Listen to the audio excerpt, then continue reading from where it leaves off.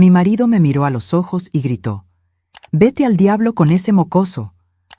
Pero cuando el juez finalizó la lectura de la sentencia, todo el juzgado se sumió en un silencio sepulcral. Incluso el licenciado carísimo de Juan, con su impecable traje de 18,000 pesos mexicanos, palideció. En 22 años de matrimonio, nunca había visto a mi marido con esa expresión. Mitad shock, mitad terror. Y por primera vez en años, sonreí de verdad. Pero antes de continuar, asegúrate de estar suscrito al canal y escribe en los comentarios: ¿desde dónde nos ves? Nos encanta saber hasta dónde llegan nuestras historias. Todo se derrumbó hace 3 meses, un martes común. Estaba terminando de preparar la cena cuando Juan llegó a casa antes de lo habitual. Era extraño. Normalmente se quedaba en la oficina hasta las 9 de la noche, a veces más. En los últimos años, rara vez cenábamos juntos. Recuerdo que estaba cortando zanahorias cuando él entró en la cocina. «Tenemos que hablar, Luisa». Algo en la frialdad de su voz me hizo sentir un hueco en el estómago. Dejé el cuchillo, me limpié las manos en el delantal y me senté a la mesa. Juan permaneció de pie, con los brazos cruzados, sin mirarme directamente. «Me voy». 2 palabras, así de simple, como si me estuviera diciendo que iba al mercado. «¿Qué?». Fue todo lo que pude decir. Ya no quiero este matrimonio. Se acabó. Ya no siento lo que sentía. Estoy enamorado de otra persona. El mundo se detuvo.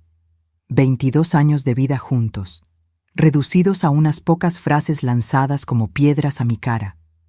Miré al hombre que tenía delante, tratando de reconocer en él al joven del que me enamoré hace 2 décadas. No pude. «¿Quién es ella?», pregunté, sorprendida por la calma de mi voz. «¿Importa? Para mí, sí importa». Suspiró, irritado. «Sofía, mi asistente». «Claro». La joven de 27 años que había contratado hacía 6 meses.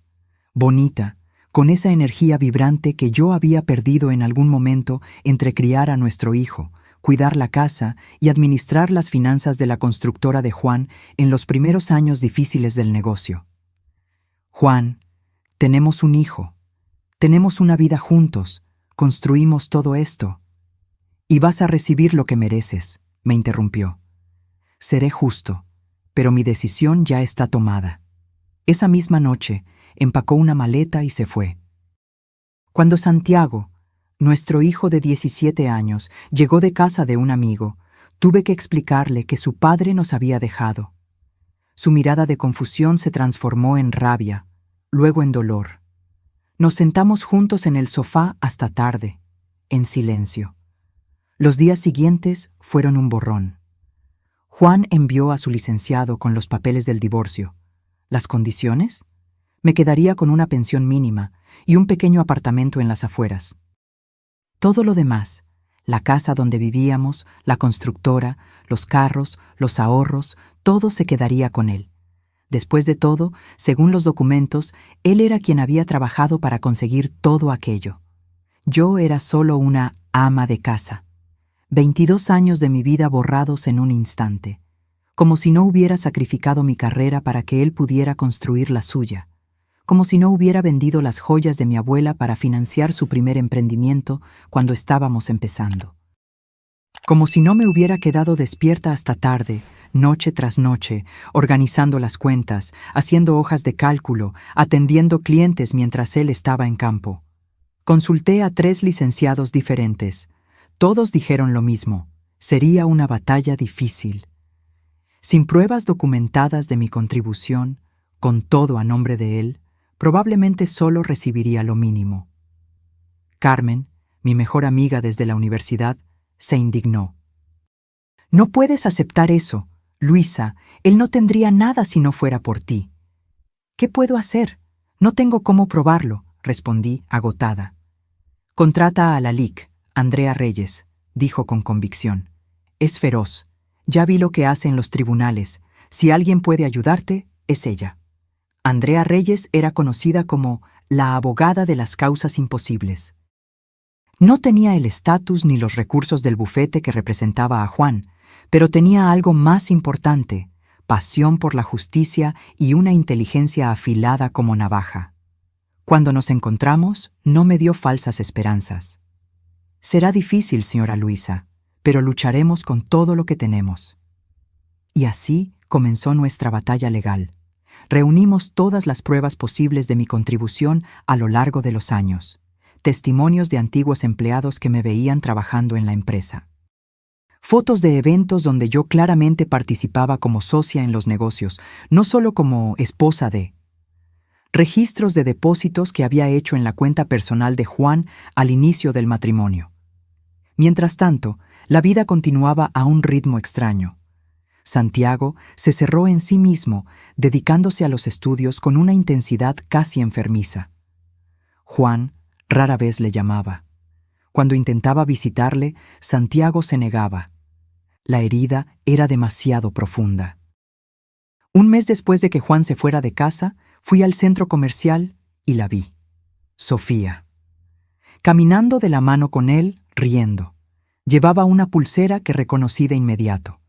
La había visto en el catálogo que dejé abierto en la mesa de noche, una indirecta para nuestro aniversario de bodas que se acercaba. Juan nunca fue bueno eligiendo regalos solo. Parece que con ella había aprendido.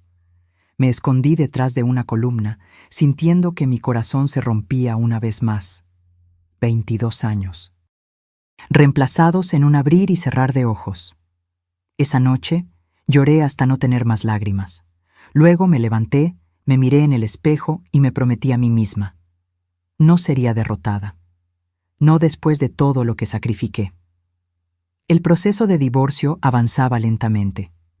Juan se volvió cada vez más agresivo en las negociaciones, como si cada día que pasaba lo hiciera más determinado a dejarme sin nada.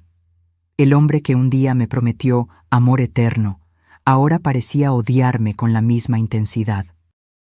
«Tiene miedo», me dijo Andrea una tarde. «Hombres como tu marido se vuelven peligrosos cuando sienten que están perdiendo el control». Y entonces, 2 semanas antes de la audiencia final, recibí una llamada telefónica inesperada. Una voz masculina, con acento extranjero.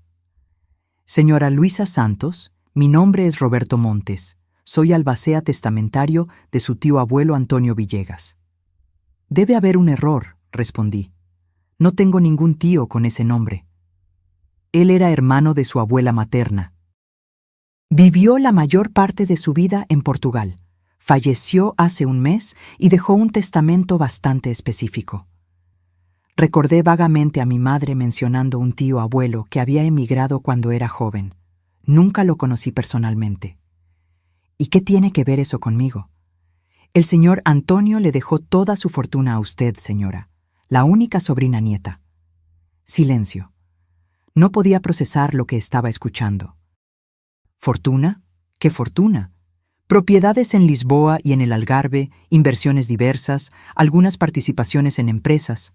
La evaluación preliminar indica un patrimonio de aproximadamente 4 millones de euros, más de 80 millones de pesos mexicanos. 80 millones de pesos. Sentí que el mundo giraba. ¿Por qué? ¿Por qué para mí? En su testamento, el señor. Antonio menciona que, hace 30 años, cuando visitó Guadalajara, usted fue la única persona de la familia que lo recibió con cariño genuino. Usted era muy joven, tal vez ni lo recuerde. Y entonces, como un flash, recordé. Un señor mayor visitando nuestra casa cuando yo tenía unos 12 años. Mis padres siempre estaban ocupados, apenas tenían tiempo para él. Pero a mí me encantaba escuchar sus historias sobre Portugal, sobre el mar y los viajes que hacía. Pasé una semana entera mostrándole la ciudad, llevándolo a los lugares que me parecían bonitos, escuchando sus consejos y aventuras. El señor Antonio nunca olvidó su bondad, continuó Roberto. Él siguió su vida a la distancia. Sabía de su matrimonio, del nacimiento de su hijo. Se mantenía informado a través de parientes lejanos. Una sola semana de gentileza infantil, 3 décadas atrás. Y ahora, esto. Los documentos serán presentados formalmente al juzgado mexicano la próxima semana. Como la herencia fue recibida después de la separación de hecho, No entra en la división de bienes de su divorcio, es exclusivamente suya. Cuando colgué, me senté en el sofá, aturdida. 1 hora después, Andrea me llamó, eufórica. No lo va a creer. El licenciado portugués acaba de contactarme. Luisa, esto lo cambia todo. Y realmente lo cambió. La mañana de la audiencia final, el cielo estaba cargado.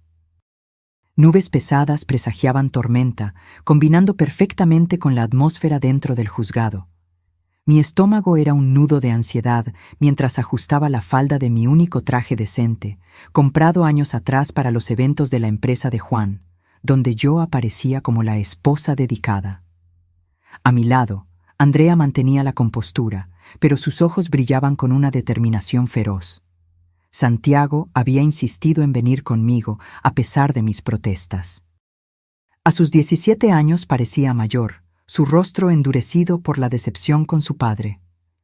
«Mamá, estaré a tu lado», me dijo mientras cruzábamos las puertas del juzgado. «Siempre». Esas palabras eran el único consuelo que tenía en ese momento. Cuando entramos en la sala, Juan ya estaba allí, sentado junto a su licenciado, el Lic. Gustavo, un hombre de mediana edad con fama de despiadado en los círculos jurídicos. Y junto a Juan, para mi sorpresa, Sofía.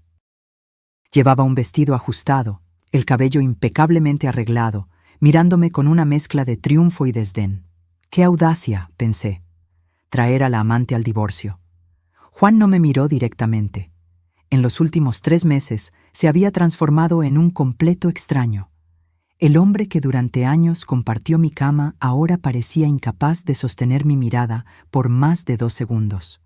La jueza entró, la doctora Cecilia Robles, una mujer de aproximadamente 60 años, con ojos penetrantes y expresión severa. Comenzó los procedimientos con eficiencia, revisando los hechos del caso. El Lic. Gustavo fue el primero en hablar, presentando su caso con confianza arrogante. Señoría, los hechos son sencillos. Mi cliente, el señor Juan Santos, construyó solo una empresa exitosa a través de su trabajo incansable y visión emprendedora. La señora Luisa, aunque fue una esposa y madre presente, no contribuyó financieramente a la adquisición de los bienes. Sentí que me ardía la sangre. Andrea me apretó la mano por debajo de la mesa, indicándome que mantuviera la calma. La oferta de mi cliente es más que generosa, continuó. Un apartamento de 2 habitaciones y una pensión mensual adecuada a las necesidades de la señora Luisa. En cuanto a la constructora Santos, no hay discusión. Fue fruto exclusivo del trabajo del señor Juan.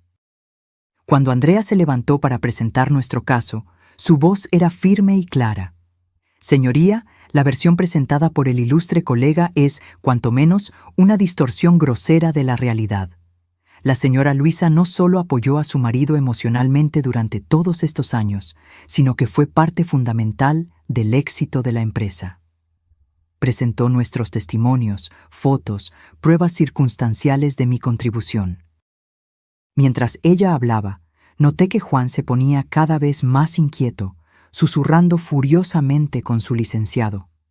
Además, continuó Andrea, me gustaría presentar un hecho nuevo que influye directamente en este caso.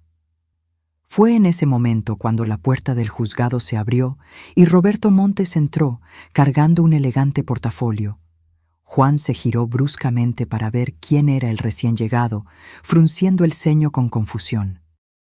«Con el permiso de su señoría», dijo Andrea, «me gustaría llamar al señor Roberto Montes, albacea testamentario del señor Antonio Villegas, tío abuelo de mi cliente». La jueza asintió, y Roberto se acercó, entregando documentos oficiales a la magistrada. Ella los examinó cuidadosamente. Sus cejas se alzaron a medida que leía. Estos documentos comprueban que la señora Luisa Santos es heredera única de una fortuna considerable, valuada en aproximadamente 4 millones de euros, explicó Roberto. La herencia incluye propiedades en Portugal, inversiones diversificadas y participaciones en empresas, todo legalmente documentado, con impuestos debidamente pagados. La jueza estudió los documentos por largos minutos. Todo el juzgado permaneció en absoluto silencio. Pude sentir los ojos de todos sobre mí, la mujer que segundos atrás estaba siendo retratada como un ama de casa dependiente y ahora aparecía como heredera de una fortuna. Me gustaría aclarar, añadió Andrea, que esta herencia fue recibida después de la separación de hecho, por lo tanto, no forma parte de los bienes a repartir en el divorcio. Pertenece exclusivamente a mi cliente. Fue entonces cuando sucedió. Juan se levantó abruptamente, el rostro contorsionado en una mezcla de shock y furia. «¡Esto es una farsa!», gritó. «Ella está mintiendo. No existe ningún tío, no existe ninguna herencia». «Señor Santos, contrólese», advirtió la jueza severamente. Pero Juan estaba fuera de sí. Me señaló con el dedo, temblando de rabia. «Lleva a tu hijo de aquí y vete al diablo. Esto es un montaje».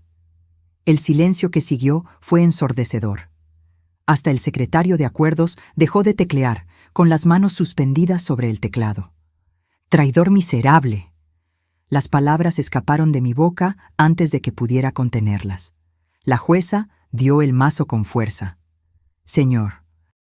«¡Santos! Un comentario más como ese, y será desalojado de este juzgado y multado por desacato. Siéntese inmediatamente». Juan se sentó, todavía temblando. Sofía estaba pálida, mirándolo como si viera a un extraño. El lic. Gustavo intentaba desesperadamente calmar a su cliente, susurrando rápidamente en su oído. La jueza se ajustó los anteojos y me miró directamente. «Señora Santos, usted confirma que es la única heredera del señor Antonio Villegas y que esta herencia fue recibida después de la separación de hecho de la pareja». «Sí, señoría», respondí, mi voz sorprendentemente firme. Ella asintió, examinó nuevamente los documentos y luego anunció: «En vista de estas nuevas informaciones y de las evidencias presentadas por la defensa sobre la contribución de la señora Luisa a la construcción del patrimonio familiar, este juzgado determina un receso de 30 minutos para que pueda revisar adecuadamente el caso antes de dictar la sentencia». Mientras la jueza se retiraba, sentí la mano de Santiago apretar la mía. Miré a mi hijo y vi sus ojos humedecidos, pero una pequeña sonrisa se formaba en sus labios. Al otro lado de la sala, Juan parecía haber envejecido 10 años en 10 minutos. Alternaba entre mirar al vacío y lanzarme miradas furiosas. Sofía se había alejado ligeramente de él, revisando constantemente su celular, como si buscara una ruta de escape. «¿Estás bien?», preguntó Andrea en voz baja. No sabía cómo responder. Estaba aturdida, exhausta, aliviada y aterrorizada al mismo tiempo. Los últimos 3 meses habían sido una pesadilla, y ahora, de repente, el guión había cambiado completamente.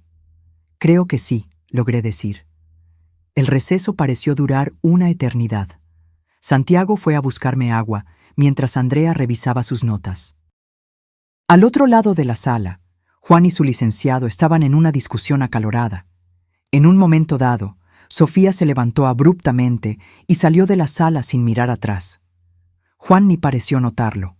Cuando la jueza regresó, el juzgado se sumergió nuevamente en el silencio. Se acomodó en su silla, miró a ambos lados y comenzó a hablar. Este juzgado ha analizado cuidadosamente todas las evidencias presentadas.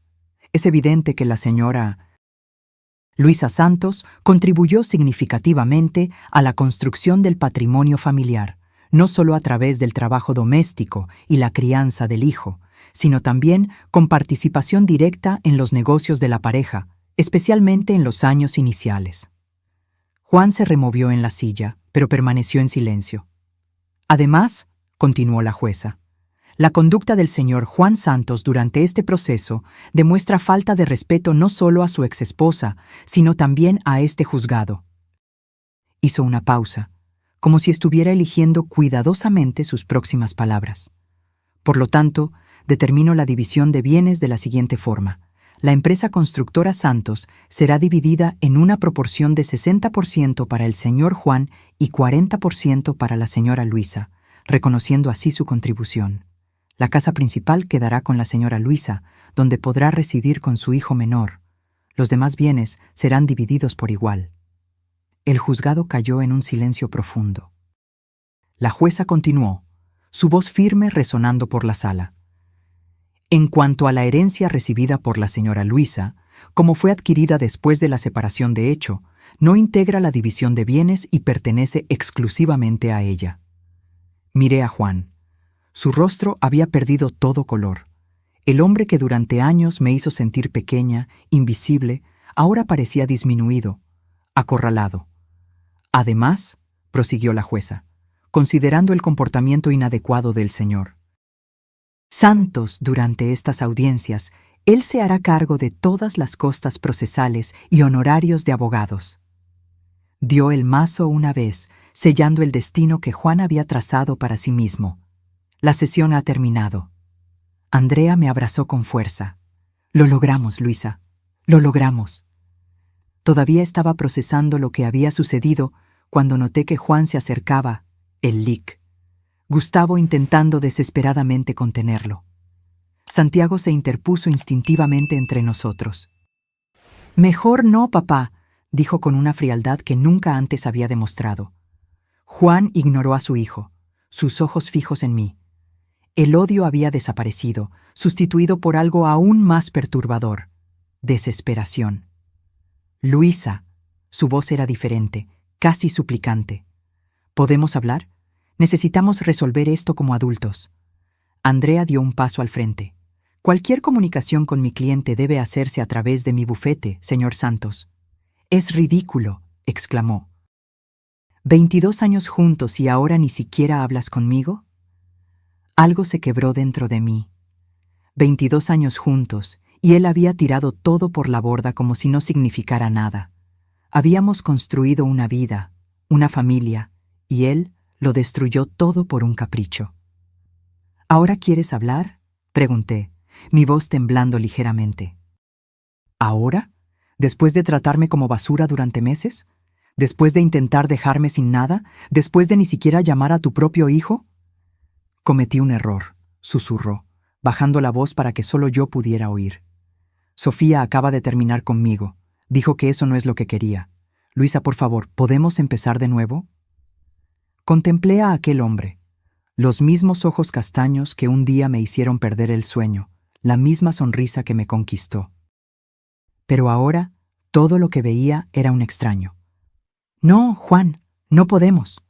Me di la vuelta y salí del juzgado con Santiago y Andrea. Afuera, el cielo se había despejado. La tormenta amenazante había dado paso a una tarde soleada, símbolo perfecto de lo que sentía. En las semanas siguientes, mi vida se transformó completamente. Roberto me ayudó con todos los trámites relacionados con la herencia. Andrea supervisó la división de bienes del divorcio. Juan intentó contactarme varias veces, pero mantuve la distancia. Era como si un capítulo de mi vida se hubiera cerrado finalmente. Santiago estaba más ligero, continuaba dedicado a los estudios, pero volvió a sonreír, a salir con amigos, a planear el futuro. «Estoy pensando en estudiar arquitectura», me dijo una noche mientras cenábamos. «Pensé que querías medicina». «Eso era para complacer a papá», admitió. «Arquitectura siempre ha sido lo que quise». Un mes después de la audiencia, Roberto me invitó a ir a Portugal a conocer las propiedades que ahora me pertenecían. Al principio, dudé. Nunca había viajado al extranjero. Nunca había hecho algo tan grandioso sola. «Deberías ir», insistió Santiago. «Conocer un poco del mundo. Pasaste tanto tiempo cuidando de todos que te olvidaste de vivir, mamá». Tenía razón. Durante años viví en función de los demás. Primero Juan, luego Santiago, luego la empresa. Siempre puse mis necesidades, mis sueños, en último lugar. Decidimos que haríamos el viaje juntos durante las vacaciones escolares. Sería nuestra primera gran aventura, solo nosotros dos. Antes de partir, una última cuenta pendiente necesitaba ser resuelta. Juan había pedido que nos encontráramos en un café neutral, para hablar civilizadamente. Andrea me aconsejó que aceptara. Era mejor mantener las cosas amigables, especialmente por Santiago. Elegí un café concurrido en el centro de la ciudad. Llegué unos minutos antes y pedí un capuchino. Juan apareció puntualmente, luciendo abatido. El traje elegante que solía usar ahora parecía demasiado grande para su cuerpo. «Gracias por venir», dijo, sentándose frente a mí. Asentí, esperando que continuara. «Luisa, sé que me equivoqué. Fui egoísta, cruel. No tengo excusas». Permanecí en silencio. ¿Qué respuesta podría darle a eso? Sofía. Ella solo estaba interesada en el dinero. Tan pronto como se dio cuenta de que perdería una parte significativa de la empresa, desapareció. La encontré la semana pasada con uno de nuestros clientes más ricos. Sentí una punzada de lástima, pero me sorprendió darme cuenta de que ya no había rencor. Solo una profunda indiferencia. «¿Qué quieres, Juan?». Respiró hondo. Quería saber si existe alguna posibilidad, cualquier posibilidad, de que volvamos, de que seamos una familia otra vez. Miré al hombre que un día fue el centro de mi universo. Recordé los años buenos, los sueños compartidos, las luchas y conquistas. Pero también recordé la facilidad con la que tiró todo eso por la borda, la crueldad con la que me trató, la frialdad con la que ignoró a su propio hijo. «No, Juan, no podemos», bajó los ojos. «¿Vas a vender tu parte de la empresa?». Así que era eso.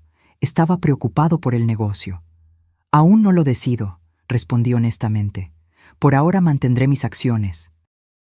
«La empresa va bien y es una buena inversión», asintió, pareciendo aliviado y decepcionado al mismo tiempo. «¿Y Portugal? ¿De verdad vas a ir?». «Sí, Santiago y yo partimos el próximo mes. Vamos a conocer las propiedades, a pasar un tiempo allí». «¿Te mudarás allí?». «No sé, Juan. Estoy aprendiendo a no planear tanto el futuro, a vivir un día a la vez». Terminamos el café en silencio. Cuando nos despedimos en la acera, había una finalidad en ese momento que ambos sentimos. «Cuídate, Luisa», dijo. «Tú también, Juan». Caminé lejos sin mirar atrás. Una parte de mí estaba triste, no por el fin del matrimonio, sino por el fin de una era, por los sueños que nunca se realizarían, por los planes que nunca saldrían del papel. Pero otra parte, una parte que crecía cada día, estaba esperanzada. Por primera vez en décadas, mi futuro era mío para moldear. Ya no era solo la esposa de Juan, la madre de Santiago. Era Luisa. Una mujer con recursos, con posibilidades, con un mundo entero por explorar. La noche anterior a nuestro viaje, Santiago y yo cenamos en casa. La misma casa que casi perdí, que ahora era verdaderamente nuestra. Habíamos redecorado algunas habitaciones, cambiado la disposición de los muebles, transformando el espacio en algo nuevo.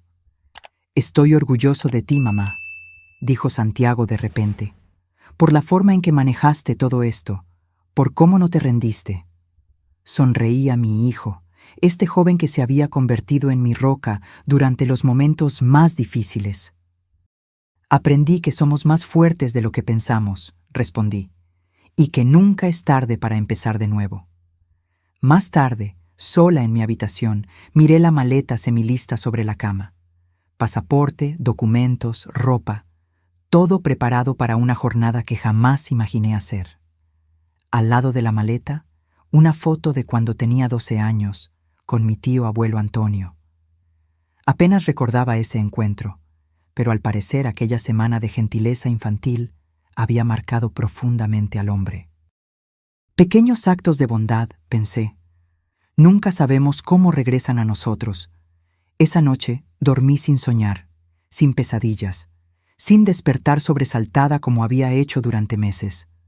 Por primera vez en mucho tiempo, dormí con la certeza de que, independientemente de lo que el futuro deparara, estaría bien. A la mañana siguiente partimos hacia el aeropuerto. Una nueva vida esperaba al otro lado del océano, tal vez temporal, tal vez permanente. Lo importante era que, por primera vez, la elección era mía. ¿Lista?, preguntó Santiago mientras embarcábamos.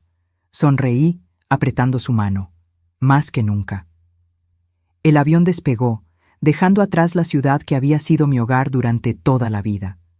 A través de la ventana vi las nubes, el cielo infinito, y sentí una libertad que nunca había experimentado antes.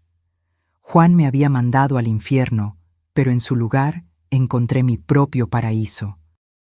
Portugal nos recibió con un sol brillante y un cielo de un azul profundo que nunca había visto. El aire tenía un perfume diferente, una mezcla de brisa marina, flores y algo indefinible que solo podría describir como nuevo. Roberto Montes nos esperaba en el aeropuerto de Lisboa, un hombre elegante de unos 50 años, con una sonrisa amable y ojos atentos. Nos condujo hasta un coche negro reluciente, donde un conductor uniformado ya aguardaba. «Bienvenidos a Portugal», dijo Roberto mientras nos acomodábamos en el asiento trasero. «El señor Antonio estaría muy feliz de saber que usted finalmente conocerá sus propiedades, señora Luisa». Todavía era extraño escuchar aquello, sus propiedades. Como si yo, una mujer de Guadalajara, que hasta hace 3 meses luchaba por no perder su propia casa, de repente fuera propietaria de inmuebles en otro continente. Lisboa me encantó de inmediato. Los edificios antiguos con sus fachadas coloridas, las calles de adoquines que subían y bajaban colinas empinadas, los tranvías amarillos que parecían sacados de una película antigua. Era como estar en otro mundo, en otra época. Nuestra primera parada fue un apartamento en Chiado, uno de los barrios más elegantes de la ciudad. El edificio, del siglo XIX, tenía una fachada de azulejos en tonos de azul y blanco. El portero nos saludó con respeto, como si ya supiera quién era yo. Cuando Roberto abrió la puerta del apartamento, me quedé sin aliento. Era espacioso y luminoso, con ventanas altas que daban a una vista deslumbrante del río Tajo. Los muebles eran antiguos pero bien conservados, una mezcla elegante de piezas tradicionales portuguesas y algunos ítems más modernos. Este fue el hogar principal del señor Antonio durante muchos años, explicó Roberto mientras nos guiaba por el espacio. Adoraba este lugar. Decía que aquí podía sentir el corazón de Lisboa latir. Montetín. Caminé hasta una de las ventanas y observé la ciudad que se extendía frente a mí, tan diferente de todo lo que conocía, tan lejos de mi realidad anterior. «Es hermoso», susurré. Santiago exploraba el apartamento con entusiasmo, abriendo puertas, mirando cada detalle. «Mamá, tiene 3 cuartos. Y mira el tamaño de esta cocina». Roberto sonrió, claramente satisfecho con nuestra reacción. «Hay más», dijo. El señor Antonio poseía también una casa en el Algarve, en la costa sur. Un lugar bellísimo para descansar, y está la participación en la bodega en la región del Duero. La bodega en el Duero me tomó por sorpresa. ¿Una bodega? Yo no sé nada de vinos. Roberto se rió. No se preocupe, hay gerentes competentes cuidando de todo desde hace años. La bodega funciona muy bien incluso sin la supervisión directa del propietario. Genera un lucro considerable, de hecho. En los días siguientes, Roberto nos mostró cada propiedad, cada inversión. La casa en el Algarve era una villa junto al mar con paredes blancas y un jardín exuberante. La bodega en el Duero estaba ubicada en colinas suaves, cubiertas de viñedos, que descendían hasta el río en terrazas perfectamente alineadas. En cada lugar, los empleados y gerentes nos recibían con respeto y curiosidad. Para ellos, yo era la misteriosa sobrina nieta que había heredado todo. Imagino que se preguntarían cómo una mujer de Guadalajara común se había convertido, de repente, en dueña de parte de su país. En la bodega, el enólogo jefe, don Porfirio, nos guió por una degustación mientras explicaba el proceso de producción. «Este vino en particular», dijo, ofreciéndonos una copa de un tinto robusto, «fue el favorito del señor Antonio. Es producido con uvas cultivadas en las viñas más antiguas de la propiedad». Probé el vino, sintiendo su sabor complejo, la manera en que evolucionaba en la boca. Nunca había sido apreciadora de vinos. Juan siempre elegía lo que bebíamos, generalmente para impresionar a sus clientes. Pero había algo en ese momento que tocó mi alma. «Es extraordinario», comenté sinceramente. Don Porfirio sonrió con aprobación. «Usted tiene buen paladar como su tío». Después de una semana explorando las propiedades y conociendo a las personas que trabajaban en ellas, Roberto nos invitó a cenar a su casa en Lisboa. Era un apartamento elegante pero acogedor, donde su esposa María nos recibió como viejos amigos. Durante la cena, me entregó una pequeña caja de madera. «El señor Antonio dejó esto específicamente para usted, para ser entregado cuando visitara Portugal por primera vez». Abrí la caja con cuidado. Dentro había un reloj de bolsillo antiguo, de oro, con iniciales grabadas, y un sobre. Abrí el sobre y encontré una carta escrita a mano, con una caligrafía elegante pero ligeramente temblorosa. «Querida Luisa, si estás leyendo esta carta, significa que finalmente conociste Portugal y las propiedades que ahora son tuyas. Espero que te haya gustado lo que viste. Quizás te preguntes por qué te dejé todo a ti, una sobrina nieta que apenas conocí. La respuesta es simple: porque me viste. Cuando visité Guadalajara hace tantos años, fuiste la única persona que realmente me vio como un ser humano, no solo como un pariente lejano o una obligación. Me mostraste tu ciudad con orgullo, me contaste tus sueños, escuchaste mis historias cuando todos los demás estaban demasiado ocupados. Para una niña de 12 años, demostraste una compasión y una generosidad de espíritu extraordinarias. A lo largo de los años, seguí tu vida a la distancia. Te vi casarte, tener a tu hijo, construir una vida. Supe de las dificultades que enfrentaste. Admiré tu resiliencia silenciosa. Este reloj perteneció a mi padre, tu bisabuelo. Llévalo como un recordatorio de que el tiempo es el único bien verdaderamente valioso que poseemos. Úsalo sabiamente, Luisa. Vive cada momento. Construye la vida que deseas, no la que los demás esperan de ti. Con cariño, tu tío Antonio. Lágrimas corrían por mi rostro cuando terminé de leer. Santiago, sentado a mi lado, puso su brazo alrededor de mis hombros. «¿Estás bien, mamá?», asentí, incapaz de hablar por un momento.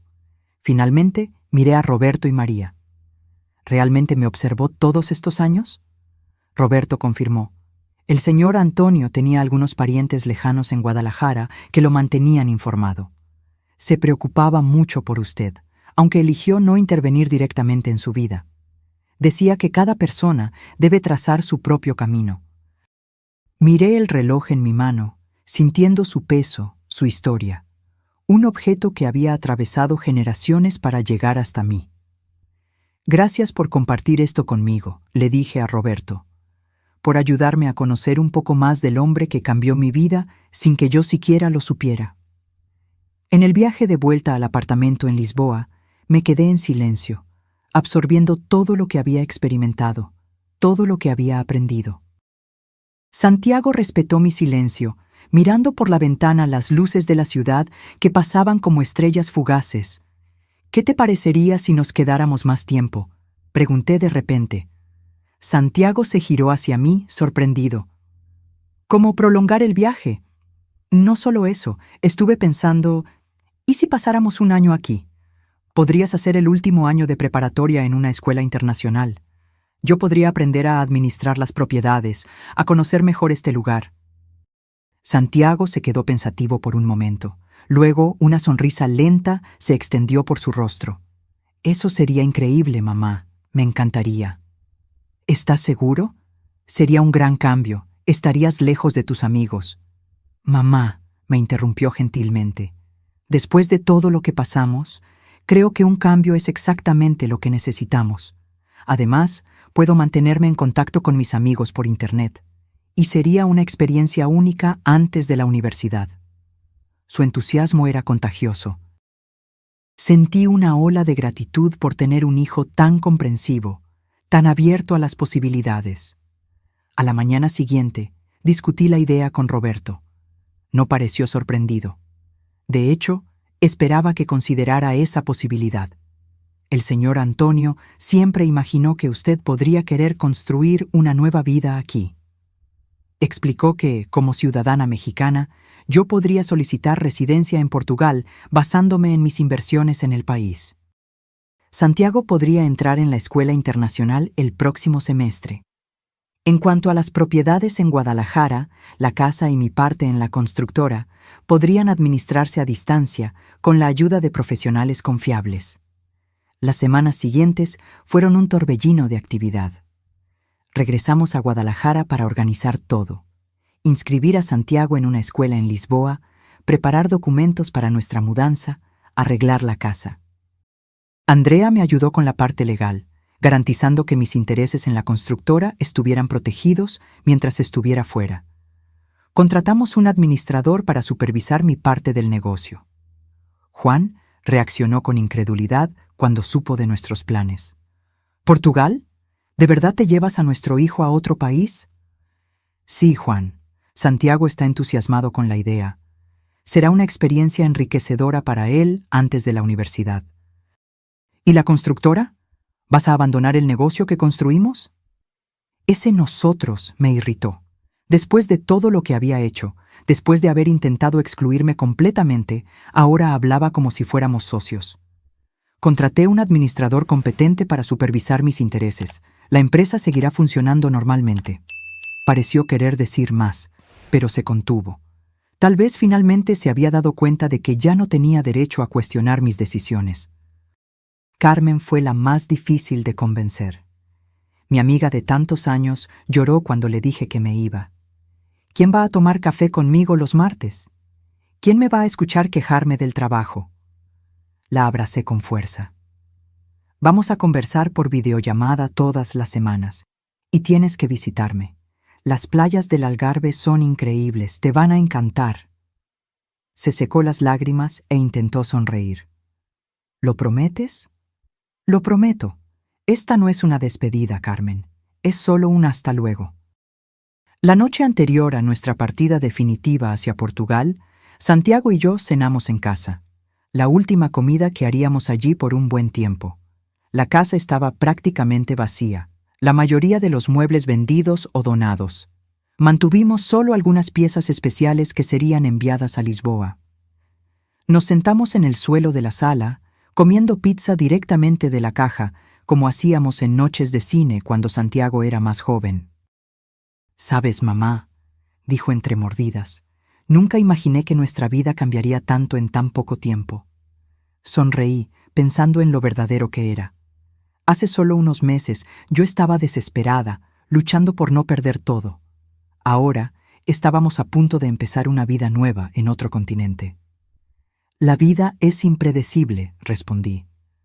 A veces, las peores situaciones terminan llevándonos por caminos que ni soñábamos. «Como que papá nos abandonara», dijo Santiago, su voz neutra, constatando un hecho sin el rencor que antes lo dominaba. «Sí, fue doloroso, terrible, pero nos trajo hasta aquí». Santiago tomó el último pedazo de pizza. «¿Crees que nos adaptaremos allí?» «Creo que sí. Será diferente, claro. Tendremos que aprender muchas cosas nuevas, pero también será emocionante». «¿Y qué vas a hacer con la bodega? ¿Y con las otras propiedades?» Era una pregunta que yo misma me había estado haciendo. Hasta hace pocos meses, mi vida era administrar la casa, ayudar en la empresa cuando Juan lo permitía y cuidar de Santiago. Ahora, súbitamente, yo era una mujer de negocios con propiedades en 2 continentes. «Voy a aprender», respondí honestamente. «Voy a estudiar, escuchar a las personas que ya trabajan allí, entender cómo funciona todo antes de tomar cualquier decisión». Santiago asintió, pareciendo satisfecho con mi respuesta. «Estoy orgulloso de ti, mamá. Mucha gente se habría derrumbado después de lo que hizo papá, pero tú te hiciste más fuerte». Sus palabras tocaron mi corazón. Durante los años de matrimonio, lentamente perdí mi identidad, mi confianza. Me convertí en la esposa de Juan, un accesorio en su vida. El divorcio doloroso, la lucha por mis derechos y ahora esta herencia inesperada me forzaron a redescubrir quién era yo, qué quería. «Gracias, hijo. Eso significa mucho para mí». Dormimos en el suelo esa noche, en colchones improvisados, como campistas en nuestra propia casa. Al amanecer, el taxi llegó para llevarnos al aeropuerto. Di una última mirada a la casa donde viví durante tantos años, donde crié a mi hijo, donde reí y lloré. Adiós, susurré, cerrando la puerta por última vez. El primer año en Portugal fue un período de adaptación y descubrimientos. Lisboa, con sus 7 colinas y vista al río Tajo, se convirtió en nuestro nuevo hogar. El apartamento en Chiado, que inicialmente parecía tan extranjero e impresionante, se transformó gradualmente en un espacio acogedor, lleno de nuestros propios recuerdos. Santiago se adaptó con la facilidad característica de la juventud. La escuela internacional era multicultural, con estudiantes de decenas de países diferentes. En poco tiempo, había formado un nuevo círculo de amigos y estaba aprendiendo portugués europeo, riéndose de las diferencias entre nuestro acento mexicano y el lusitano. «Creen que hablamos cantando», me contó un día, imitando el acento portugués con exageración cómica. Para mí, la adaptación fue más gradual. Había tantas cosas que aprender, tantas responsabilidades nuevas. Roberto se convirtió en mi guía en el laberinto de ser propietaria de múltiples negocios. Contraté un asesor financiero recomendado por él, un portugués educado en Londres llamado Miguel, que tenía el don de explicar conceptos complejos de forma simple y clara. «Usted tiene una posición financiera muy sólida», explicó Miguel en nuestra primera reunión. «Las propiedades están bien conservadas, los negocios son lucrativos y las inversiones están diversificadas. El señor Antonio tenía un excelente sentido para los negocios». Bajo su orientación, comencé a entender mejor el imperio que había heredado. La bodega era particularmente fascinante. La visitaba mensualmente, pasando días aprendiendo sobre viticultura, el proceso de fabricación de vino, la historia de la región. Don Porfirio, inicialmente reservado, gradualmente se abrió, compartiendo no solo su conocimiento técnico, sino también las historias y tradiciones del Duero. En una de esas visitas, me llevó a un pequeño depósito donde guardaban botellas especiales. «Este es nuestro tesoro», dijo, mostrando filas de botellas polvorientas. «Algunas de estas cosechas tienen más de 50 años». Observé las botellas con reverencia, tocando ligeramente sus etiquetas amarillentas. «Al señor Antonio le gustaba decir que un buen vino es como la vida», continuó don Porfirio. «Necesita tiempo, paciencia y a veces un poco de suerte con el clima. Pero principalmente, necesita amor». Aquellas palabras se quedaron conmigo. Tiempo, paciencia, suerte, amor. ¿No era exactamente lo que yo estaba tratando de reconstruir? Mi vida, después de la tormenta del divorcio, necesitaba esos mismos elementos. Comencé a involucrarme más activamente en la administración de la bodega. No es que tuviera conocimiento técnico, ese era el trabajo de don Porfirio y su equipo. Pero comencé a pensar estratégicamente sobre el negocio. Contratamos un especialista en marketing digital para ampliar nuestra presencia online.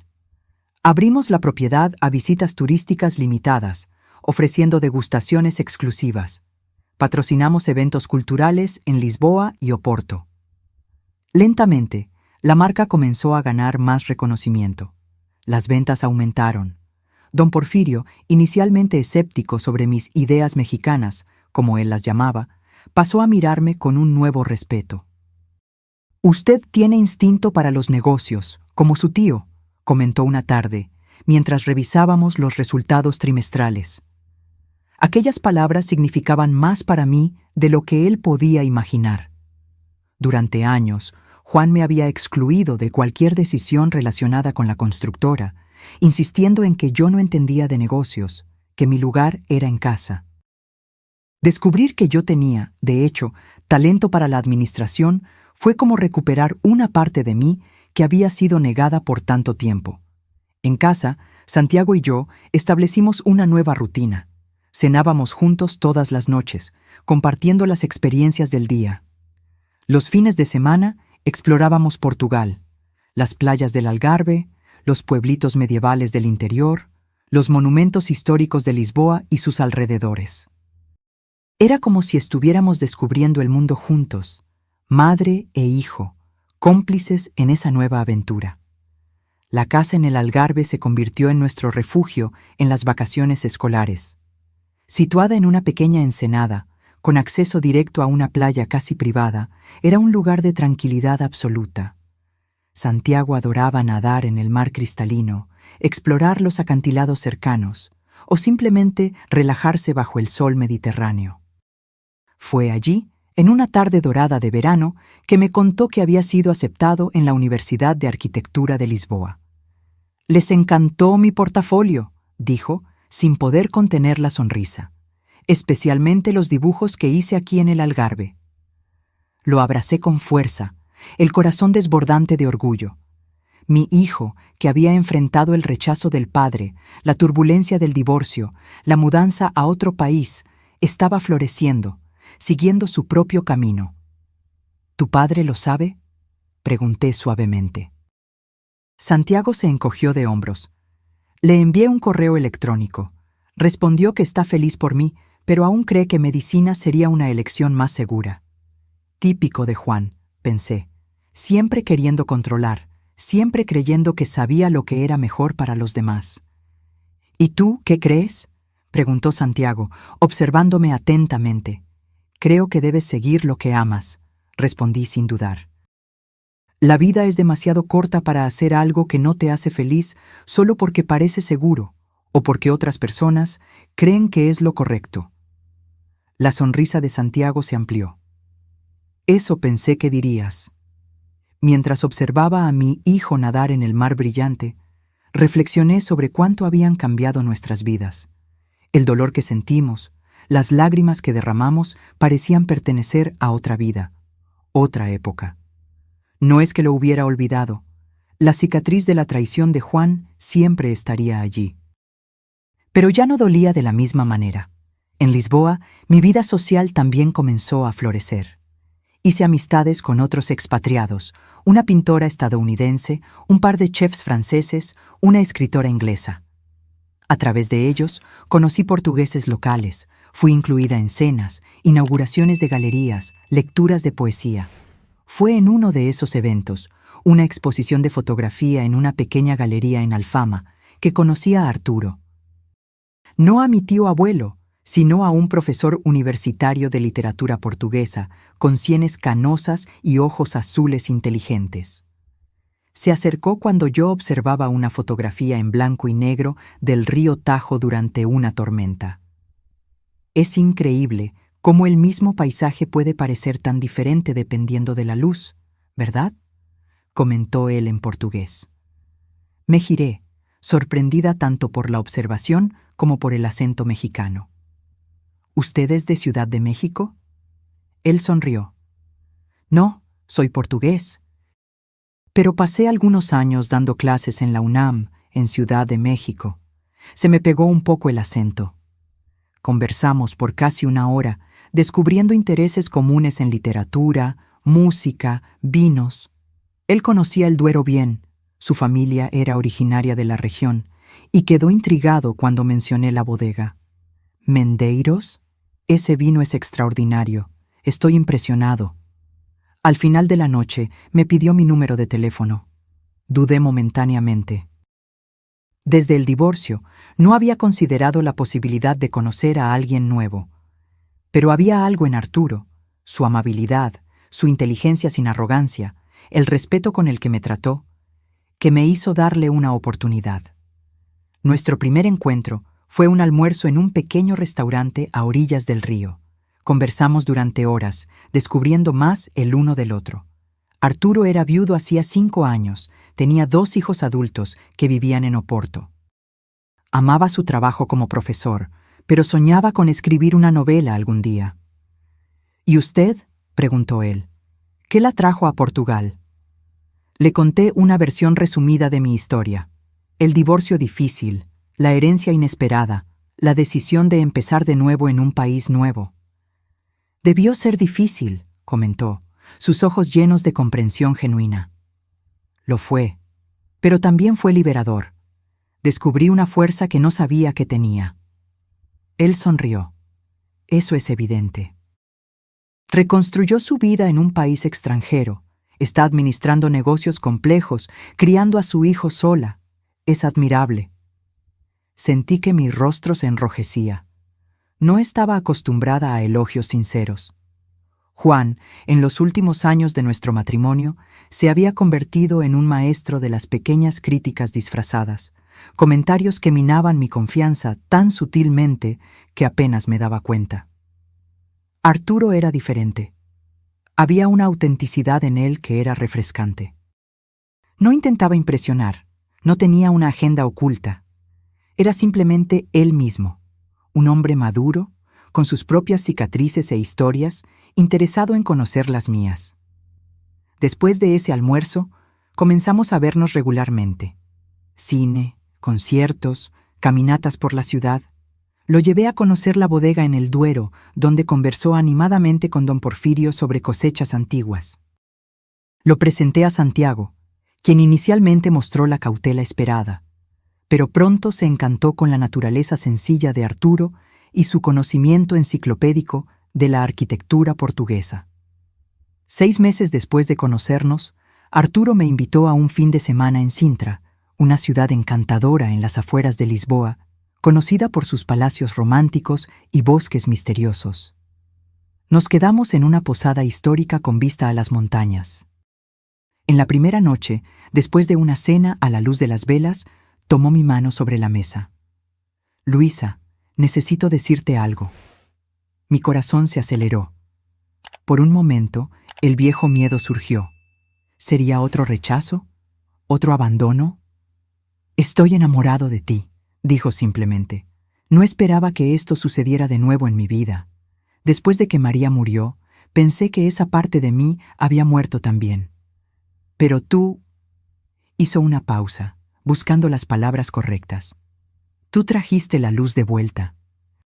Sentí lágrimas en los ojos, no de tristeza, sino de una felicidad que casi dolía.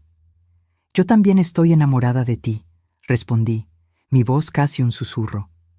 Esa noche, bajo las estrellas portuguesas, sentí como si un ciclo se completara. El abandono, el dolor, la lucha, todo me había llevado hasta allí, hasta ese momento de felicidad inesperada. Cuando regresamos a Lisboa, le conté a Santiago sobre el desarrollo de mi relación con Arturo. Nos sentamos en la terraza de nuestro apartamento, observando el sol ponerse sobre el Tajo. ¿Estás feliz, mamá?, preguntó después de escuchar mi confesión. Sí, respondí honestamente. Muy feliz. Él sonrió, esa sonrisa que iluminaba todo su rostro. Entonces, estoy feliz por ti. Arturo es un gran tipo, y te mereces a alguien como él. ¿Como yo? Sí, fuerte, inteligente, resiliente. Sabes, después de todo lo que pasamos, podrías haberte vuelto amargada, desconfiada. Pero no lo hiciste. Seguiste abierta a la vida, a las posibilidades. Eso es increíble. Miré a mi hijo con admiración. ¿Cuándo se había vuelto tan sabio, tan comprensivo? ¿Crees que es demasiado pronto?, pregunté, insegura. Después de tu padre... Santiago negó con la cabeza. Mamá, pasaste años infeliz con papá, incluso antes de que se fuera. Ahora encontraste a alguien que te hace feliz. ¿Por qué esperar? Lo abracé, agradecida por tener un hijo tan maduro y generoso. 2 años pasaron desde que nos mudamos a Portugal. Lisboa ya no era una ciudad extranjera para nosotros, sino un hogar. Conocíamos sus rincones secretos, sus cafés escondidos, sus tradiciones. El portugués europeo ya no sonaba extraño a nuestros oídos, aunque manteníamos orgullosamente nuestro acento mexicano. Santiago estaba en el 2º año de la carrera de arquitectura, destacándose en sus estudios. Incluso había hecho prácticas en un prestigioso estudio de arquitectura durante el verano, donde su talento para el dibujo y su visión creativa fueron rápidamente notados. Mi relación con Arturo floreció. Se había convertido en una presencia constante en nuestras vidas, un compañero en el sentido más verdadero de la palabra. No vivíamos juntos, Ambos valorábamos nuestros espacios individuales, pero pasábamos la mayoría de las noches y fines de semana juntos. La bodega prosperaba bajo mi administración renovada. Habíamos lanzado una nueva línea de vinos que recibió críticas entusiastas y aumentó significativamente nuestras ventas internacionales. Incluso don Porfirio, tradicionalista como era, reconocía el valor de los cambios que implementamos. En una tarde de otoño, recibí un correo electrónico inesperado de Andrea, mi licenciada en Guadalajara. Luisa, espero que todo esté bien contigo y Santiago en Portugal. Tengo noticias que debes saber. La constructora Santos está enfrentando serias dificultades financieras. Según informaciones del administrador que contrataste, Juan hizo una serie de inversiones arriesgadas que no salieron bien. La empresa está al borde de la quiebra. Juan intentó vender tu parte, el 40% que mantienes, sin tu autorización, pero fue impedido legalmente. Ahora está desesperado por capital para salvar el negocio. Pensé que debías saberlo antes de que intentara contactarte directamente. Andrea, me quedé mirando la pantalla, aturdida. La constructora Santos, el negocio que ayudé a construir desde el principio, que representaba años de mi vida, estaba a punto de derrumbarse. No sentí alegría con la noticia, como tal vez el Juan de 2 años atrás esperaría. No sentí satisfacción al saber que estaba fracasando sin mí. Sentí solo una profunda tristeza por todo el desperdicio, de esfuerzo, de potencial, de sueños compartidos. Como predijo Andrea, el correo electrónico de Juan llegó al día siguiente. El tono era desesperado, casi suplicante, algo que jamás imaginé viniendo del hombre arrogante que me humilló en el juzgado. Luisa, espero que este correo te encuentre bien. Imagino que Andrea ya te haya informado sobre la situación de la empresa. Estamos enfrentando una crisis sin precedentes debido a algunas inversiones que no dieron el retorno esperado. Necesito tu ayuda.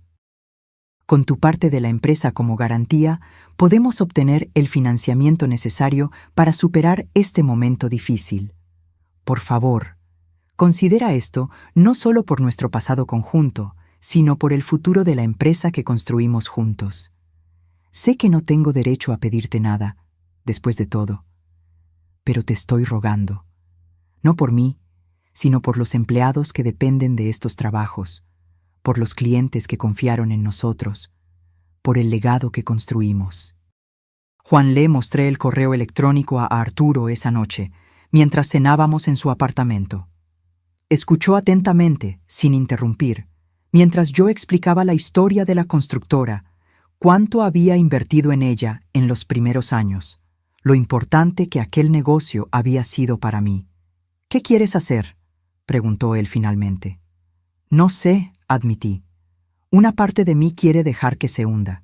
Sería justo, después de cómo me trató. Pero otra parte de ti todavía se preocupa por el negocio, completó suavemente. Asentí. No por Juan, sino por la constructora, por las personas que trabajan allí, por lo que aquello representa. Arturo pensó por un momento.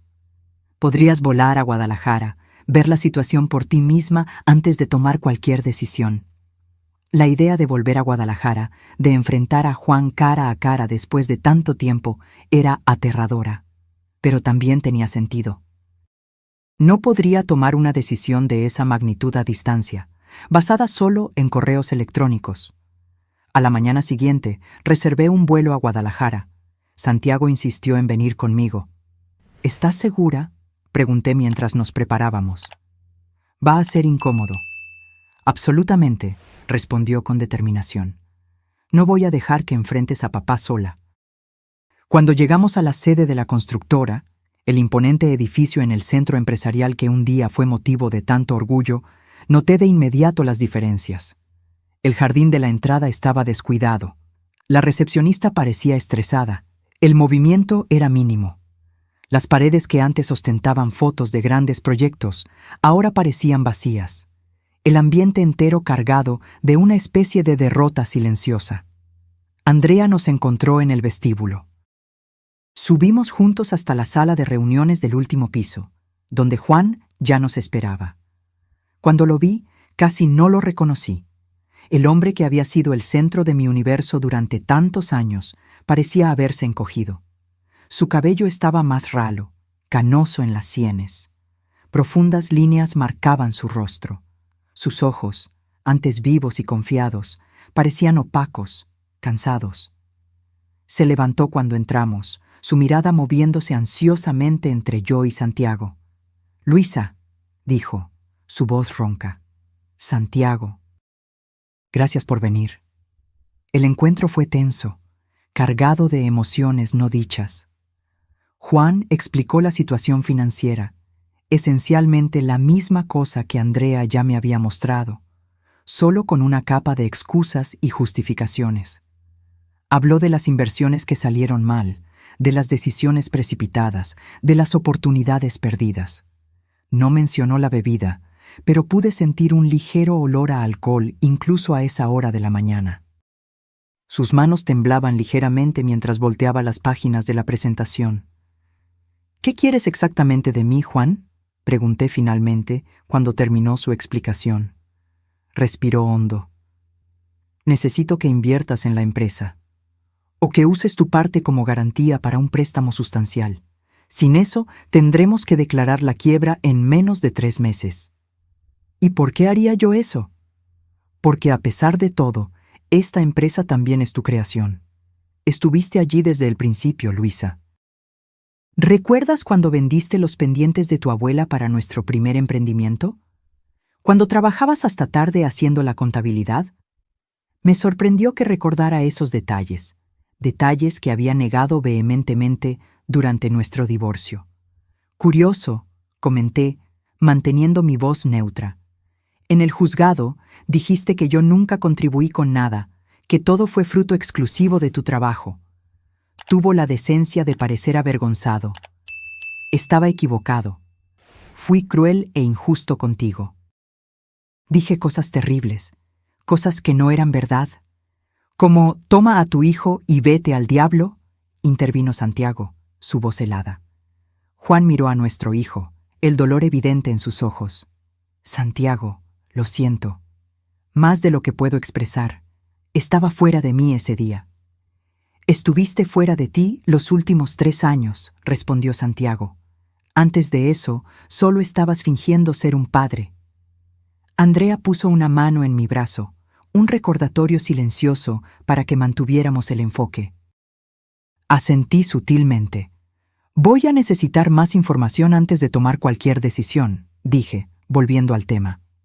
«Quiero ver todos los libros, todos los contratos, hablar con los gerentes clave. Y necesito saber qué medidas tomaste para resolver la situación por tu cuenta». Juan pareció momentáneamente desconcertado con mi enfoque directo, pero asintió. «Claro, todo lo que quieras. Tengo un equipo listo para darte acceso total». Pasé los siguientes 3 días inmersa en los negocios de la constructora, trabajando de 12 a 14 horas por día. Revisé cada aspecto de la operación, entrevisté a empleados clave, visité proyectos en curso. Santiago me acompañó en algunas de esas visitas, su perspectiva como estudiante de arquitectura sorprendentemente valiosa. El panorama que emergió era desolador, pero no irreversible. La constructora tenía proyectos sólidos en curso, una buena reputación con ciertos clientes fieles, y un equipo central aún competente, aunque desmotivado. El principal problema era Juan, su liderazgo errático, sus decisiones impulsivas, su creciente alcoholismo. La noche del tercer día me senté con Santiago y Andrea en la terraza de Carmen, discutiendo mis opciones. «No le debes nada», insistió Andrea. «Después de cómo te trató, sería perfectamente comprensible dejar que la empresa se hunda». «Pero no son solo Juan y su ego los que están en juego», argumenté. «Son decenas de familias que dependen de esos empleos, proyectos que afectan a comunidades enteras». Santiago, que había permanecido en silencio, finalmente habló. «Ya tomaste tu decisión, ¿verdad?». Miré a mi hijo, sorprendida por su perspicacia. «Creo que sí». Él sonrió. «Sabía que harías eso. No porque seas débil o porque todavía te importe papá, sino porque eres quien eres, Alguien que se preocupa por los demás, que construye en lugar de destruir. Al día siguiente, convoqué una reunión con Juan y la junta directiva de la empresa. Llegué temprano, preparada, confiada de una manera que jamás habría sido posible 2 años antes. Cuando todos estuvieron presentes, expuse mi propuesta. Estoy dispuesta a hacer una inversión sustancial en la constructora usando parte de los recursos que tengo en Portugal. A cambio, quiero el 70% de las acciones y control total de la operación. Un silencio conmocionado siguió a mis palabras. Juan parecía aturdido. Eso significa, continué, que tú, Juan, permanecerás como accionista minoritario, pero dejarás la gestión ejecutiva. Formaré un nuevo consejo directivo e implementaré una reestructuración completa. ¿Quieres sacarme de mi propia empresa?, preguntó Juan incrédulo. De nuestra empresa, corregí suavemente. Y sí, de la gestión ejecutiva. Seguirás recibiendo dividendos cuando la empresa vuelva a ser rentable y podrás mantener un cargo honorario si lo deseas. Pero las decisiones operacionales ya no pasarán por ti. Los otros directores se miraron, claramente evaluando la propuesta. No era un secreto para nadie que Juan se había convertido en un problema para la empresa. ¿Por qué harías esto?, preguntó Juan, su voz casi un susurro. ¿Por qué no simplemente dejar que todo termine? Porque, a diferencia de ti, yo nunca dejé de creer en lo que construimos, respondí honestamente. Y porque existen personas buenas que dependen de estos empleos. Hubo una larga pausa mientras Juan absorbía mis palabras. Finalmente, habló. Necesito pensarlo. Tienes hasta mañana, respondí levantándome. La oferta no estará abierta indefinidamente. Salí de la sala de reuniones, sintiéndome extrañamente ligera. Independientemente de la decisión de Juan, yo había tomado la mía. No por venganza o resentimiento, sino por un genuino deseo de preservar algo valioso. Santiago me estaba esperando en el vestíbulo del edificio. ¿Cómo te fue?, preguntó ansiosamente. Ya veremos mañana, respondí. Pero sea cual sea su decisión, estoy en paz con la mía. Pasamos el resto del día revisitando lugares que habían sido importantes en nuestras vidas anteriores. El parque donde Santiago aprendió a andar en bicicleta, la heladería que frecuentábamos los domingos, la escuela donde estudió. Era como una despedida, un último homenaje a recuerdos que, aunque importantes, ya no nos definían. A la mañana siguiente, recibí un correo electrónico de Juan. Luisa, acepto tus términos. Siempre fuiste mejor en esto que yo, de todas formas. La empresa es tuya para salvar o transformar como mejor te parezca. Juan. Así de simple. El imperio que él había protegido tan ferozmente, por el cual había sacrificado nuestro matrimonio, ahora entregado con una silenciosa admisión de derrota. Andrea ayudó con el papeleo necesario. En una semana yo era oficialmente la accionista mayoritaria y CEO de la constructora Santos. Inmediatamente comencé a implementar cambios. Traje de vuelta a empleados clave que habían sido despedidos. Cancelé proyectos inviables, me enfoqué en áreas donde teníamos experiencia comprobada. Juan cumplió su palabra y se alejó. Supe por empleados que finalmente había buscado ayuda para su alcoholismo, ingresando en una clínica de rehabilitación fuera de la ciudad. Antes de volver a Portugal, fui a visitarlo a la clínica. Era un lugar tranquilo, rodeado de jardines bien cuidados.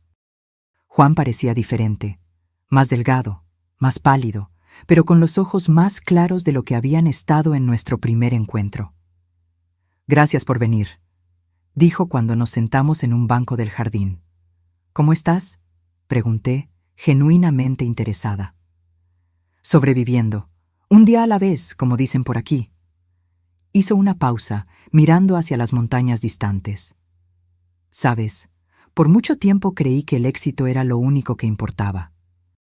Que si tenía suficiente dinero, suficiente poder, suficiente respeto, sería feliz». «¿Y no lo fuiste?», negó con la cabeza tristemente. Cuanto más conseguía, más vacío me sentía.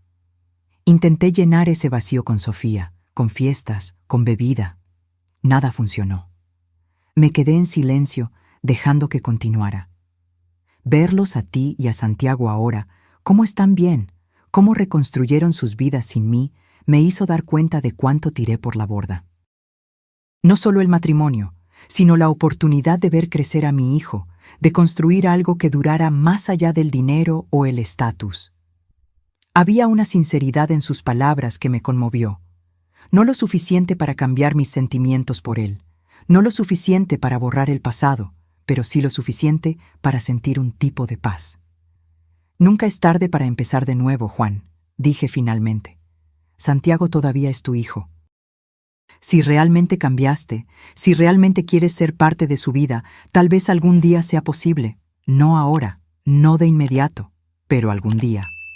Asintió, los ojos brillando con lágrimas contenidas. Es más de lo que merezco. Nos despedimos con un breve apretón de manos.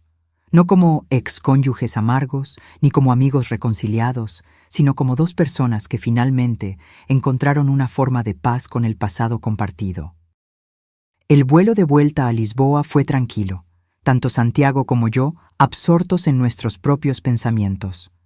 La visita a Guadalajara había removido algo dentro de nosotros, no arrepentimiento, no nostalgia, sino un tipo de cierre. Como si la última pieza de un rompecabezas finalmente hubiera encontrado su lugar, completando una imagen que ahora podíamos apreciar por completo. Arturo nos esperaba en el aeropuerto de Lisboa, su rostro iluminándose cuando nos vio. Abrazó a Santiago calurosamente y luego me envolvió en sus brazos, besándome suavemente. «Bienvenidos de vuelta», dijo, tomando nuestras maletas. Los extrañé. De camino a casa, contamos sobre nuestro viaje, la situación de la constructora, mi decisión de tomar el control, el encuentro con Juan en la clínica. Arturo escuchó atentamente, sin juzgar, ofreciendo solo apoyo y comprensión. «Hiciste lo que creías correcto», comentó cuando terminé. «Eso es lo que importa». En los días siguientes, me sumergí de nuevo en mi vida en Lisboa, ahora con la responsabilidad adicional de administrar la constructora en Guadalajara. Gracias a la tecnología, podía hacer gran parte del trabajo a distancia, con visitas ocasionales programadas cada pocos meses. Contraté a una CEO operativa local, una mujer brillante llamada Raquel, que había sido despedida por Juan años antes y que trajo consigo una energía renovada e ideas innovadoras. Bajo su liderazgo directo y mi orientación estratégica, la constructora comenzó lentamente a recuperarse. La bodega en el Duero continuaba prosperando. Acabábamos de ganar un premio importante en una competición internacional de vinos, aumentando aún más nuestra visibilidad en el mercado global. Santiago estaba floreciendo en sus estudios de arquitectura, ya siendo reconocido por profesores y colegas por su talento excepcional. Había comenzado a diseñar un pequeño proyecto de renovación para la oficina de la bodega, su primera comisión real, aunque fuera una comisión de su propia madre. Mi relación con Arturo se profundizó. Se había convertido no solo en mi pareja romántica, sino en mi confidente, mi mejor amigo. Nuestras vidas se entrelazaban de manera natural, sin prisa, sin presión. En una tarde soleada de primavera, estábamos caminando por la playa cerca de la casa en el Algarve, donde pasábamos un fin de semana largo. El mar estaba tranquilo, de un azul profundo que parecía fusionarse con el cielo en el horizonte. «He estado pensando», comenzó Arturo, tomando mi mano mientras caminábamos descalzos por la arena, «sobre el futuro». «¿Qué tipo de pensamientos?», pregunté, sintiendo una ligera aprensión. Incluso después de 2 años juntos, una parte de mí todavía temía perder la felicidad que había encontrado. Se detuvo, girándose para mirarme con esos ojos azules que ya conocían todos los rincones de mi alma. «Me gustaría pasar el resto de mi vida contigo, Luisa. No necesariamente casados, a menos que tú quieras, pero juntos. Tal vez en esta casa, que tanto amas. Tal vez viajando por el mundo cuando me jubile. Tal vez solo sentados lado a lado, leyendo en silencio en las noches de invierno». Sentí que se formaban lágrimas en mis ojos. No de tristeza, sino de una felicidad tan profunda que casi dolía. Yo también quiero eso, respondí, mi voz embargada por la emoción. Él sonrió, esa sonrisa que todavía hacía que mi corazón se acelerara. Entonces está decidido. No hubo propuesta formal, no hubo anillo. No necesitábamos esas formalidades. Éramos dos adultos que ya habían vivido lo suficiente para saber lo que realmente importaba. A la semana siguiente, le conté a Santiago sobre nuestra decisión de vivir juntos. Estábamos en el pequeño café cerca de la universidad donde solíamos encontrarnos para almorzar una vez a la semana. Arturo y yo estamos pensando en compartir una casa, dije, observando su reacción cuidadosamente. Santiago sonrió, esa sonrisa que iluminaba todo su rostro y me recordaba al niño que había sido. Ya era hora, ¿no crees? Prácticamente ya viven juntos de todos modos. ¿Estás bien con eso? Puso su mano sobre la mía. Mamá, tengo 20 años, estoy en la universidad, pronto tendré mi propio apartamento, quiero que seas feliz. Arturo es un tipo increíble, se lo merecen. Sentí que mi corazón se desbordaba de amor por este joven que yo había criado, tan diferente de su padre en tantos aspectos importantes. Sabes que siempre habrá espacio para ti en nuestra casa, no importa dónde sea, ¿verdad?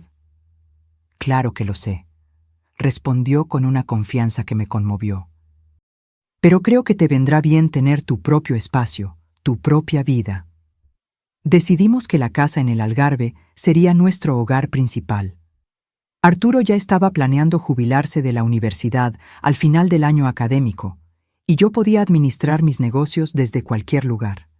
Mantendríamos el apartamento en Lisboa para cuando necesitáramos estar en la ciudad, para mis reuniones o para visitar a Santiago. El propio Santiago estaba emocionado con la perspectiva de tener el apartamento en Lisboa más para sí mismo, aunque sabía que siempre sería bienvenido en el Algarve. La vida había alcanzado un equilibrio que yo jamás imaginé posible en los días sombríos después de que Juan me dejara. Yo era financieramente independiente, emocionalmente plena, rodeada de personas que me amaban por lo que era, no por lo que podían obtener de mí. En una tarde, mientras trabajaba en mi oficina en la casa del Algarve, recibí un correo electrónico inesperado de Juan. Luisa, espero que todo esté bien contigo y Santiago en Portugal. Las cosas aquí están mejorando gradualmente. Completé el programa de rehabilitación y estoy sobrio desde hace 6 meses. Un día a la vez, como dicen. La constructora está irreconocible, en el mejor sentido posible. Raquel ha hecho un trabajo excepcional y tus directrices estratégicas han sido precisas. Los empleados están motivados de nuevo. La reputación en el mercado se está recuperando. Estoy escribiendo porque finalmente entendí algo que intentaste mostrarme hace años, que las empresas están hechas de personas, no solo de números y contratos, que las relaciones importan más que el estatus, que la integridad vale más que las apariencias. Nunca te agradecí adecuadamente por salvar la empresa cuando pudiste simplemente haberme dejado hundir. Fue un acto de generosidad que yo no merecía, pero por el cual estaré eternamente agradecido. También quería decir que, si Santiago algún día quiere retomar el contacto conmigo, estoy aquí. Entiendo que necesite tiempo, tal vez para siempre, y respetaré su decisión, sea cual sea. Les deseo toda la felicidad del mundo. Juan leí el correo electrónico varias veces, sintiendo una extraña mezcla de emociones. Ya no había rabia, ya no había rencor, solo una especie de melancolía por lo que podría haber sido, por los años perdidos, por las elecciones equivocadas. Le mostré el correo electrónico a Santiago cuando vino a visitarnos el fin de semana. Lo leyó en silencio, su rostro impasible. ¿Qué piensas?, pregunté suavemente cuando terminó. Pensó por un momento. Parece sincero. ¿Quieres responder? ¿O tal vez encontrarte con él cuando vayamos a Guadalajara la próxima vez? Santiago miró al mar a través de la ventana, pensativo. Todavía no sé. Tal vez algún día. Pero no ahora. No estoy listo. Está bien, respondí abrazándolo. No hay prisa. Tú decides cuándo y si quieres retomar el contacto. Mientras veía a mi hijo caminar por la playa esa tarde, pensé en lo impredecible que era la vida. En cómo las palabras duras de Juan en el juzgado, «Lleva a tu hijo de aquí y vete al diablo», habían, irónicamente, abierto el camino a una vida mucho más rica y plena de la que teníamos antes. No es que no hubiéramos sufrido, sufrimos intensamente. No es que no hubiéramos enfrentado desafíos, enfrentamos muchos, pero emergimos más fuertes, más completos, más auténticos. Esa noche, mientras Arturo y yo tomábamos vino en la terraza, observando el cielo transformarse en un espectáculo de colores al atardecer, sentí una paz profunda. No la paz de quien nunca enfrentó tormentas, sino la de quien aprendió a navegar a través de ellas y encontró un puerto seguro. «¿En qué piensas?», preguntó Arturo, notando mi silencio contemplativo. «En cómo la vida nos lleva por caminos inesperados», respondí. «En cómo a veces necesitamos perder algo para encontrar algo mejor». Asintió, comprendiendo sin que yo necesitara explicar más. Era una de las cosas que más amaba en él, su capacidad de entender los silencios entre mis palabras. «¿Sabes qué creo?», dijo, llenando nuevamente nuestras copas con el vino tinto premiado de nuestra bodega. «Creo que nunca estuviste realmente perdida, solo temporalmente desorientada». Sonreí, reflexionando sobre sus palabras. Tal vez tenía razón.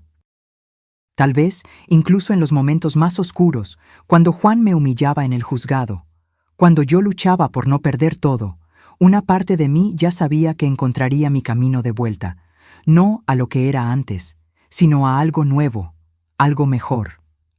«Por ti», brindé, levantando mi copa.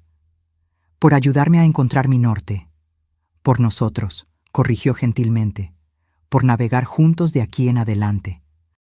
Mientras el sol desaparecía en el horizonte, pensé en todas las personas que me habían ayudado a llegar hasta allí. Santiago, con su fuerza tranquila y lealtad inquebrantable. Carmen, con su amistad incondicional. Andrea, con su determinación feroz.